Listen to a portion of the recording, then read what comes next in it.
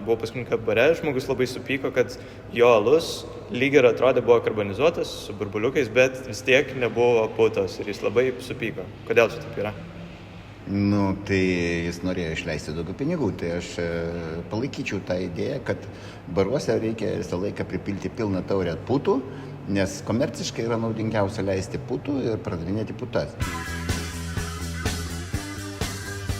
O tie, kurie nori alaus, aš rekomenduočiau paprašyti, kad jie pripiltų skysčio. Paprastas alaus skonis, kaip anksčiau minėjome, ypas, pavyzdžiui, jau tiesiog nebemadingas? Ne, madingas labai. Dar madingiau pridėti ką nors į alų, kad suteiktų alui dar daugiau skonio. Na, ar kad būtų toks fancy dalykas. Nu, neįdomu visą laiką tą patį gaminti. Norisi naujo, tas naujas ir yra naudojamas. Bet čia istoriškai, jeigu mes kalbam, tai viso labo grįžimas atgal į 1000 metų atgal, kada žmonės gamina alų, naudodami visokius priedus. Tai mes dabar vėl grįžtam prie tą pačią.